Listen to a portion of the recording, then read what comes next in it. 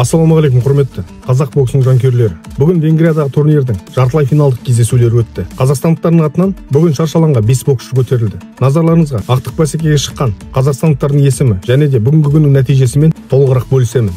Бүгін қазақстандықтардың арасынан 5 боксшы шаршы алаңға көтерілу керек еді. 51 келі салмақ дәрежесінде өнер көрсететін Даниал Сабит венгриялық Бернат Эмре есімді боксшыға қарсы бокстасу керек еді. Даниалдың қарсыласы шаршы алаңға көтерілмеуіне байланысты ұлттық құрама боксшысы бірден ақтық бәсекеге жолдама алды. Одан кейін 71 келі салмақ дәрежесінде өнер көрсететін Сабыржан Ақалықовтың да қарсыласы жергілікті боксшысы Левенте Гемес шаршы алаңға көтерілуден бас тартқан екен. Осылайша бүгін жартылай финалдық кездесуде бірден қазақстандықтардың арасынан 2 боксшы ақтық бәсекеге жолдама алды. Ал шаршы алаңға көтерілгендер 54 келі салмақ дәрежесінде Мұратұлы Кенже, моңғолиялық Баттулго Алдархишек есімді боксшыға қарсы өте қызықты, тартысты кездесу өткізді. Төрешілердің шешімі бойынша Мұратұлы Кенже ақтық бәсекеге шықты. Одан кейін 60 келі салмақ дәрежесінде өнер көрсеткен Спартакиада чемпионы Бейбарыс Жексен, ол да жергілікті боксшы, яғни венгриялық Сабо Шандор есімді боксшымен жұдырықтасқан болатын. Бұл кездесуде қазақстандықтың мүмкіншілігі қарсыласынан қарағанда 2 басқа жоғары болып десек те болады. Екінші раундта айқын басымдылықпен жеңіске жеткен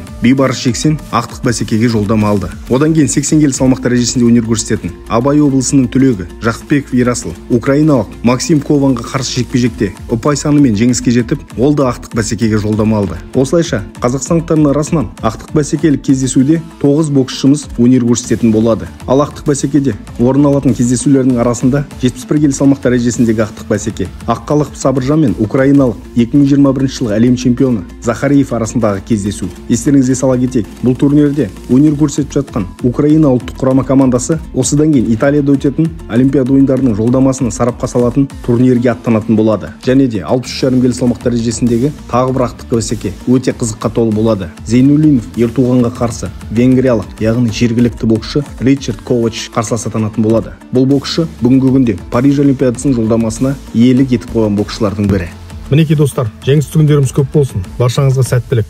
Қазақ бокс жасасын.